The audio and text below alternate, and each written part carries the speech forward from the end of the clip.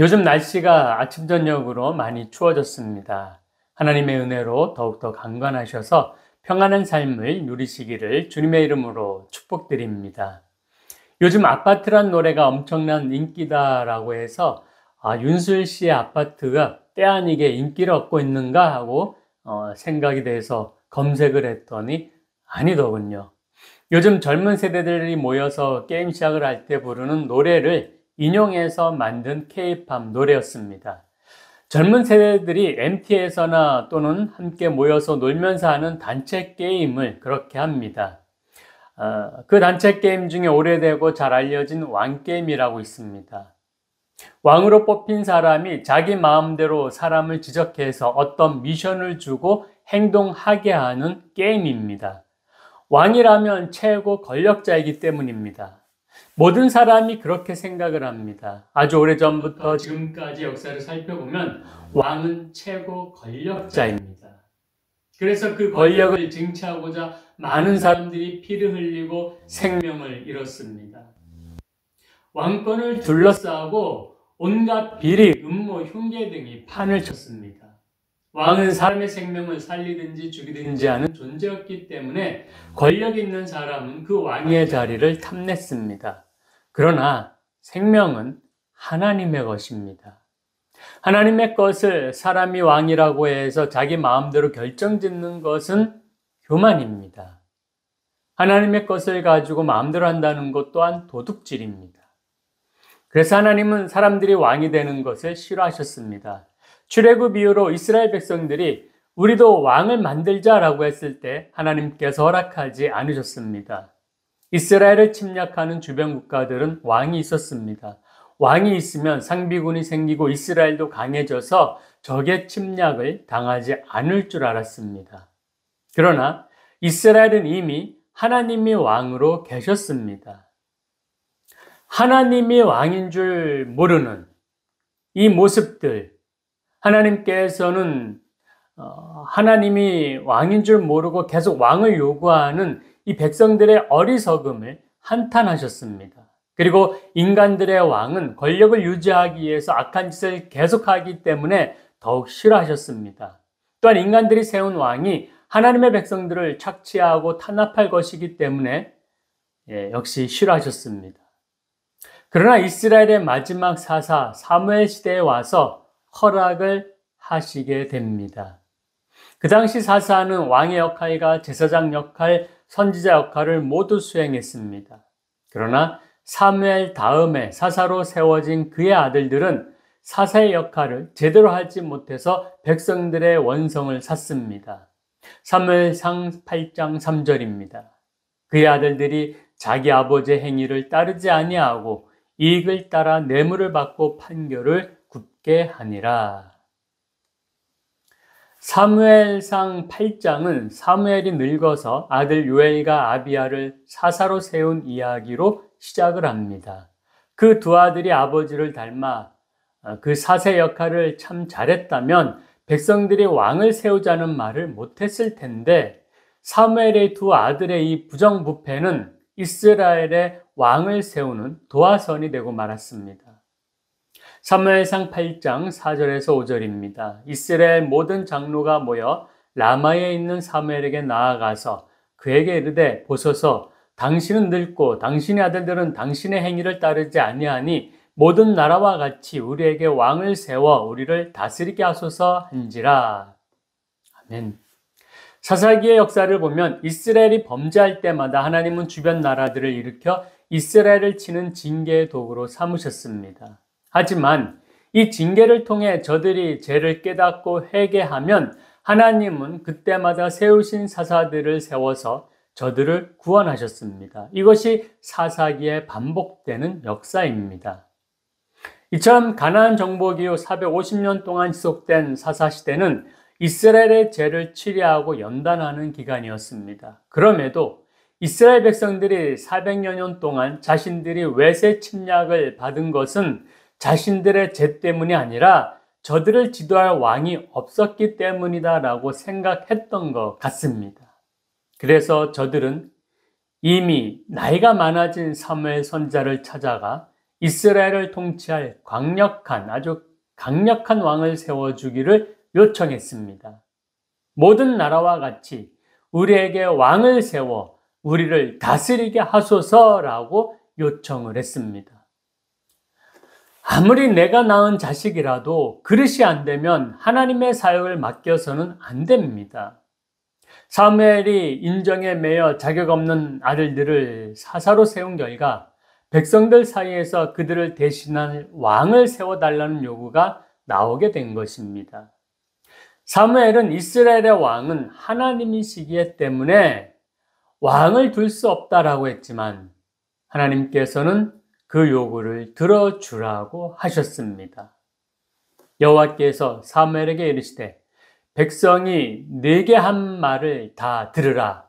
이는 그들이 너를 버림이 아니요 나를 버려 자기들의 왕이 되지 못하게 함이니라. 아멘. 왜 이렇게 하나님은 말씀하셨을까요? 이스라엘 백성들의 본심을 꿰뚫어 보셨기 때문입니다. 그렇다면 이처럼 왕을 세워달라는 요청이 하나님께 대한 불신앙에서 비롯된 부당한 요구임에도 하나님이 왜 이스라엘에게 왕을 허락하셨을까요? 하나님이 분명한 뜻을 알려주시는데도 이 뜻에 순종하기보다 계속해서 자신들의 어리석은 생각을 고집하는 사람들이 있습니다. 이럴 때 하나님은 간혹 그 어리석은 생각이 이루어지도록 허락하실 때가 있습니다. 말로 해서 안 되니 실패라는 경험을 통해 직접 깨닫게 하시려고 허락하시는 것입니다. 하나님은 이 실패의 경험, 즉 왕정시대의 실패를 통해 하나님의 섭리를 이루셨습니다. 이스라엘 역사 가운데 다윗 왕이나 히스기야 왕같이 하나님 앞에 바로 서서 이스라엘을 믿음과 축복의 길로 인도한 왕들도 있었지만 대부분의 왕들은 사욕에 붙잡혀 권력을 남용하고 이스라엘을 우상 숭배의 길로 이끌고 말았습니다. 그 결과 이스라엘은 아수르와 바벨론에 의해 멸망을 당하고 말았습니다. 이런 실패를 경험하면서 이스라엘 백성들의 마음속에 생긴 믿음이 바로 메시아 대망 사상입니다. 사람이 세운 왕이 아니라 하나님이 보내신 왕 메시아가 오셔서 비로소 이스라엘에 의한 평강이 넘치는, 이스라엘의 의와 평강이 넘치는 그러한 나라가 세워질 수 있다는 믿음을 갖게 된 것입니다. 아이러니하게 왕정시대의 실패가 메시아 대망 사상을 낳은 그런 결정적인 계기가 된 것입니다. 이처럼 하나님은 때때로 사람의 실패를 통해서도 하나님의 경륜과 섭리를 이루신다는 것을 깨달으시기를 부탁드립니다. 항상 폐와 잘된 일입니다. 폐하 잘된 일입니다. 라고만 말하는 신하가 있었습니다.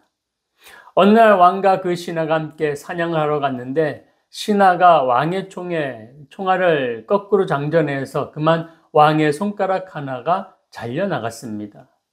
그러자 신하가 말합니다. 폐하 참 잘된 일입니다. 왕이 그 말을 듣고 분노해서 그 신하를 감옥에 집어넣었습니다. 이듬해 왕이 다시 사냥을 나갔다가 길을 잃어 식인종에게 붙잡히게 됐습니다. 식인종들이 가만히 살펴보니까 왕의 손가락 하나가 없었습니다. 이렇게 말합니다. 이 음식은 흠이 있구나. 그러면서 그들은 왕을 풀어줬습니다. 흠 있는 음식을 버렸다는 거죠.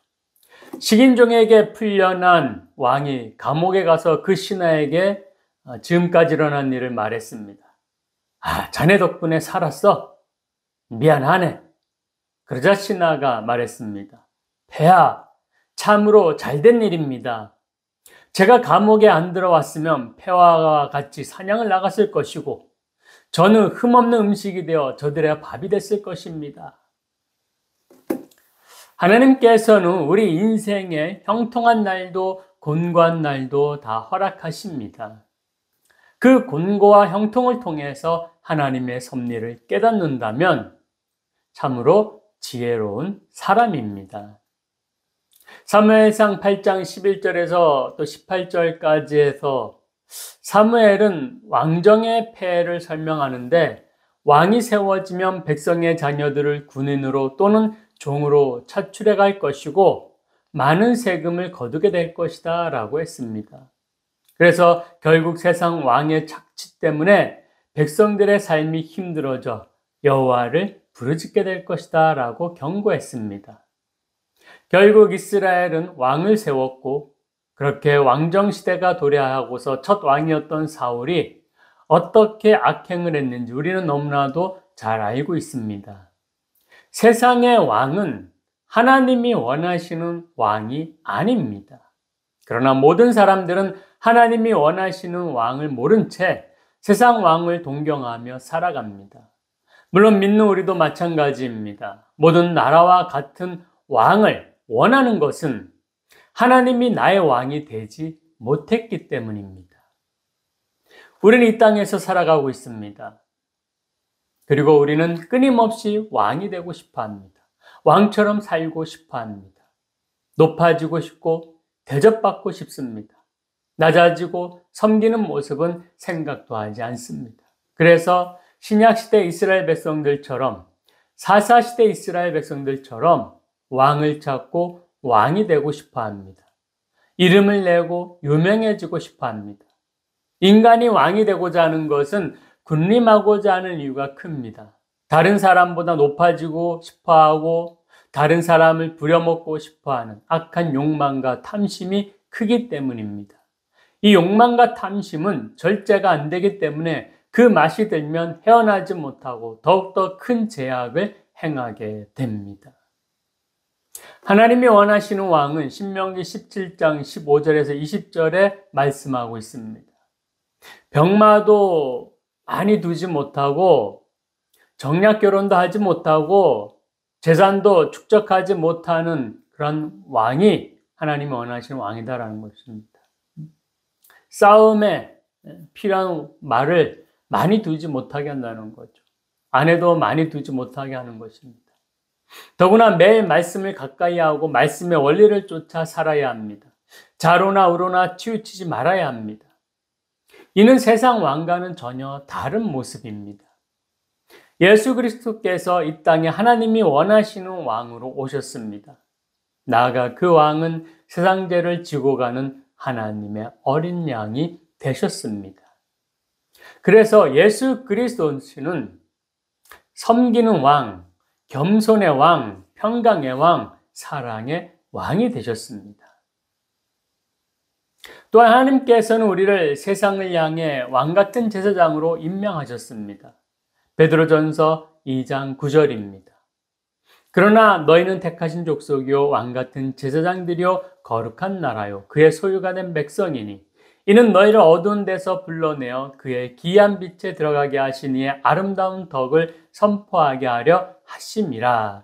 아멘. 우리가 왕같은 제사장이란 말은 세상 사람들을 그리스도에게로 인도하는 중보자 역할을 감당해야 하는 섬기는 왕이라는 뜻입니다. 낮아져야 하는 자리입니다.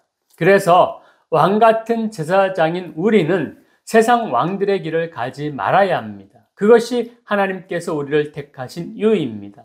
세상 만민 가운데 우리를 지명하여 불러서 왕같은 제사장으로 삼으신 이유입니다. 그럴 때 하나님이 함께 하셔서 왕으로 있는 날이 길어질 것이라고 말씀하셨습니다. 하나님이 함께 하시는 교회가 되는 것, 그것이 우리의 사명이요 존재 이유입니다. 매일 드리는 예배는 왕의 원리일 뿐만 아니라 우리가 사는 삶의 원리임을 기억하시기 바랍니다. 힘을 갖고 싶으십니까? 또 높아지고 싶으십니까? 이 험한 세상에서 늘 힘이 없어 안타깝고 물질이 없어 돈이 없어 한이 되십니까? 그렇다면 다시 말씀을 보시기 바랍니다. 그리고 주님을 의지하십시오. 그게 성도입니다. 왕같은 제사장의 삶인 것입니다. 그리고 그런 삶의 행복을 주는 힘이 바로 매일 드리는 예배입니다. 매일 드리는 예배의 다른 이름은 은혜입니다. 성령 충만입니다. 말씀 충만입니다. 이것을 얼마 동안 지속해야 합니까? 평생 해야 합니다. 평생은 매일이 모여서 되는 것입니다. 평생 동안 매일 하나님의 말씀을 가까이 두고 묵상하는 사람이 하나님이 기뻐하시는 진정한 왕입니다. 제사장 나라의 왕은 섬기는 왕입니다. 사랑의 왕이요 평화의 왕입니다. 그리고 우리는 그렇게 세상을 섬기고 부름받은 왕 같은 제사장들임을 기억하시기 바랍니다. 신천지에 들어가는 사람들은 자신들이 언젠가 세상의 왕이 되어서 한 나라씩 배정을 받아 그들에 군림한다는 세속적인 야망을 이용한 속임수에 속아서 신천지 이단에 가입을 합니다. 마치 사람의 욕심을 자극하여서 계속 베팅을 하게 하는 도박과 다를 바가 없습니다. 이 세상의 모든 사이비 이단은 이처럼 사람의 욕망과 탐심을 이용해서 사기를 치는 것입니다. 이를 모른 채 사람들은 어리석게도 그 사이비 이단 단체에 세뇌되고 탐욕과 함께 계속 잡혀 들어가고 있는 것입니다. 우리가 사는 사회 역시 다르지 않습니다. 높은 자리, 돈 많은 자리, 남들 위에 군림하려는 자리를 추구합니다. 왕이란 호칭만 없지 바로 세상 왕의 자리입니다. 교회는 어떻습니까? 오늘날 현대 교회들은 초대교회 정신을 잊어버리고 세상 왕을 욕심내는 신자들이 모여서 교회를 이룹니다. 그러다 보니 교회에서도 세상적인 왕을 욕심내고 세상 자랑하는 교회가 너무나도 많이 있습니다. 그러나 기억하시기 바랍니다. 하나님은 세상적인 왕을 원하시지 않습니다. 믿는 우리가 세상적 왕이 되는 것을 원하지 않습니다. 않으십니다. 이스라엘처럼 세상의 왕을 허락하시는 것은 실패의 경험을 맛본 후 하나님 말씀으로 돌이키기 위함입니다. 혹여나 내가 교회에서 또는 단체에서 높은 자리에 앉게 된다면 하나님께로 돌이킬 준비를 하란 뜻으로 받아들이시는 그러한 지혜가 있기를 소망합니다. 우리가 예수 우리 왕이여 이곳에 오소서라고 찬송을 부를 때가 있습니다. 하나님이 인정한 왕은 예수 그리스도이십니다. 예수님만이 진정한 우리의 왕이십니다. 우리는 이 사실을 선포해야 합니다. 그래야 내가 낮아지고 겸손해지고 왕의 욕망을 버리고 예수님을 진정한 왕으로 모실 수가 있습니다. 예수님을 본받아 살아갈 수가 있습니다. 우리 예수님께서 말씀하셨습니다. 인자가 온 것은 섬김을 받으려 함이 아니라 도리어 섬기려 하고 자기 목숨을 많은 사람의 대속물로 주려 함이라. 아멘. 내가 선생이 되어 너희의 발을 씻었으니 너희도 서로 발을 씻어주는 것이 합당하다라고 말씀하셨습니다. 따라서 예수님이 우리 왕이라고 할 때 그 왕은 섬기는 왕이요, 사랑의 왕이요, 평강의 왕입니다. 세상의 왕들과는 아주 판이하게 다른 왕입니다. 세상 왕이 권력을 독점하고 패단을 일으키자 사람들은 반기를 들고 민주주의를 만들게 됩니다. 그러나 민주주의 또한 다수의 모두가 왕이 되고자 하는 세상의 욕망에 지나지 않게 되고 말았습니다. 모두가 왕이 되고자 하는 것이 민주주의가 되고 말았습니다. 그렇게 사람들은 왕을 잃어버렸습니다. 오늘날 세상의 수많은 사람들은 하나님이 영원 무궁하신 왕이시며 영광의 왕이심을 인정하지 않고 심지어 그의 백성들조차도 하나님의 왕 되심에 복종하지 않는 소위 실천적 무신론자가 되고 있습니다. 우리는 종종 예수님이 우리를 위하여 제사장 되심을 노래하지만 예수님이 지금도 왕이시며 세상을 심판하실 다시 오실 왕이시라는 사실을 종종 잊고서는 그렇게 행동하고 살아갑니다. 그 패단으로 오늘 우리 삶 속에서 벌어지는 모든 갈등의 중심부에는 결국 우리의 왕이 누구인가라는 피할 수 없는 권위의 문제가 자리하고 있습니다. 우리 신앙생활의 핵심적 문제도 하나님이 나에 대하여 주권을 가지는가, 예수님께서 나의 주되심을 인정하느냐의 문제로 기결됩니다. 하나님의 주제자 되심을 망각한 사람들은 자신이 스스로 인생의 왕좌에 올라가거나 아니면 허탄한 왕, 즉 우상들을 섬기기 때문입니다. 잊지 마시기 바랍니다. 예수님은 우리의 제사장으로서 구속의 주님이실 뿐만 아니라 왕으로서 우리를 다스리시는 통치자입니다. 그분이 너무도 겸손하시고 자비하셔서 종종 그분의 권세와 영광을 이해하지 못하는 우리 자신이 안타깝습니다.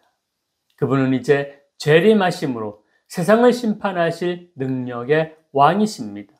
왕이신 그리스도 앞에 모두 다 내려놓으시고 우리의 삶 속에서 왕에게 합당한 영광과 존귀와 예배가 바로 드려지시기를 주님의 이름으로 축원합니다. 기도하시겠습니다. 사랑이 많으신 하나님, 우리는 세상에 왕을 원합니다. 내가 왕이 되고자 합니다. 그러나 하나님께서는 세상의 왕을 원하지 않으십니다. 그래서 예수 그리스도를 우리의 본으로 보여주시고 보내주셨습니다. 예수 그리스도만이 우리의 진정한 왕이십니다. 겸손의 왕, 사랑의 왕, 평강의 왕, 평화의 왕입니다. 주님, 우리는 예수님만이 우리의 왕이 되길 원합니다. 우리 주님만이 왕이길 선포합니다. 그리할 때에 우리는 낮아지고 우리 또한 주님을 닮아 섬기고 사랑하며 그렇게 살아갈 수 있습니다. 왕이신 하나님을 찬양하며 기다리는 저희들 될 수 있도록 축복하여 주시옵소서. 감사드리며 거룩하신 예수님 이름으로 기도드리옵나이다. 아멘.